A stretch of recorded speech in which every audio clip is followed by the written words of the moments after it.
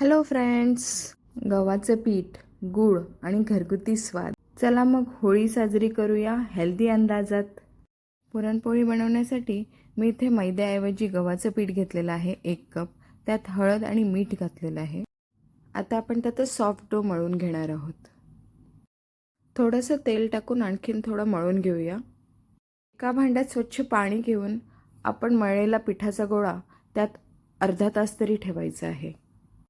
पुरण बनवण्यासाठी मी इथे 1 कप चणा डाळ स्वच्छ धुवून अर्धा तास भिजत घालून कुकरला 3 शिट्ट्या घेऊन शिजवून घेतलेली आहे.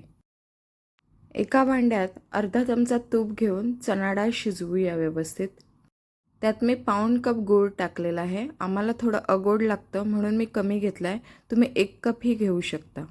चणा डाळ आणि गूळ व्यवस्थित शिजल्यावर त्यामध्ये 1 चमचा वेलची पूड घालूया. हे मिश्रण थोडं थंड होऊ द्या.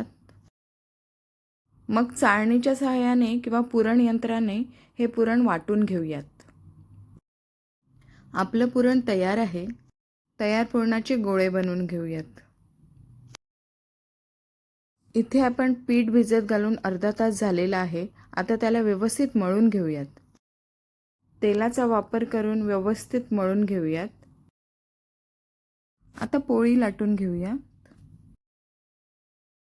आपलं पीठ थोडं चिकट असेल तर तुम्ही त्यासाठी तेलाचा किंवा पिठाचा वापर करू शकता. पिठामध्ये पुरणाचा गोळा भरून आपण सील करून घेऊयात आणि व्यवस्थित पोळी लाटून घेऊयात.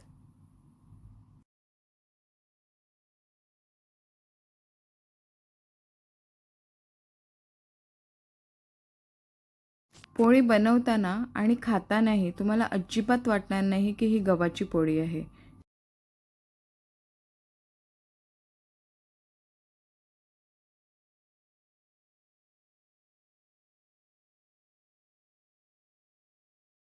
आता गॅसवर तवा ठेवून पोळी व्यवस्थित दोन्ही बाजूनी व्यवस्थित भाजून घेऊयात.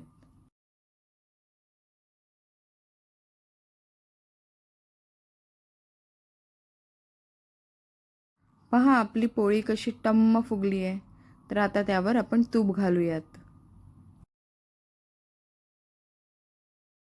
अशी ही आपली गोड, लुसलुशीत आणि पौष्टिक पुरणपोळी तयार आहे. हेल्दी स्टाईल सणांचा आनंद विथ सिझलिंग फोडणी. रेसिपी आवडल्यास do like, comment and subscribe.